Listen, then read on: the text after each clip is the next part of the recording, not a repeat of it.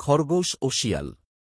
এক নেকড়ে বাঘ একটি ঘুমন্ত খরগোশের উপর ঝাঁপিয়ে পড়ল। বেচারা নিদ্রা থেকে জেগে দেখল সে মৃত্যুর কবলে। তার অন্তরাত্মা শুকিয়ে গেল। সে তখন অনুনয় বিনয় করে বলতে লাগল, আমি খুব ভালো করেই জানি আমার মতো এত দুর্বল প্রাণী জাহাপনার ক্ষুধা মেটাতে পারবে না।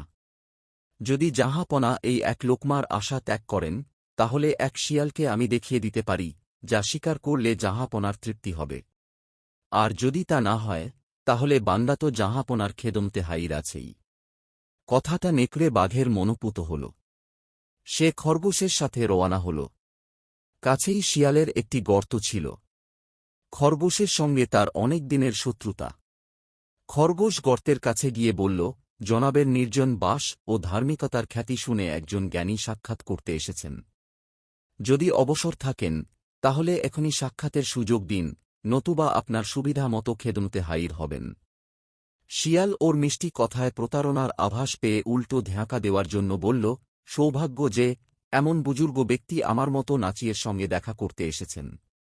কিন্তু কিছুক্ষণ বিলম্ব করতে হবে, কারণ আমি ঘরটিকে ঝেড়ে মুছে জনাবের বসার উপযুক্ত না করে বাইরে আসতে পারছি না। খরগোশ নেকড়ে বাঘকে এ সংবাদ জানাল এবং সে একটা শুনে খুব খুশি হল। শিয়াল পূর্ব থেকে গর্তে ঢোকার রাস্তায় একটি গভীর কূপ খনন করে রেখেছিল, তাই নতুন করে লতাপাতা দিয়ে ওই গর্তটি ঢেকে দিল। খরগোশ নেকড়ে বাঘকে নিয়ে সেই অন্ধকার গর্তে ঢুকতে গেল এবং দিশা না পেয়ে সেই গভীর কূপে পড়ে গেল। নেকড়ে বাঘ এ ঘটনাকে খরগোশের চালাকি মনে করে তৎক্ষণাৎ তাকে মেরে ফেলল। শিক্ষা: বুদ্ধিমানকে কখনো ধ্যাঁকা দেয়া যায় না। ভিডিওটা ভালো লাগলে লাইক দিয়ে আমাদের চ্যানেলটা সাবস্ক্রাইব করবেন। ধন্যবাদ।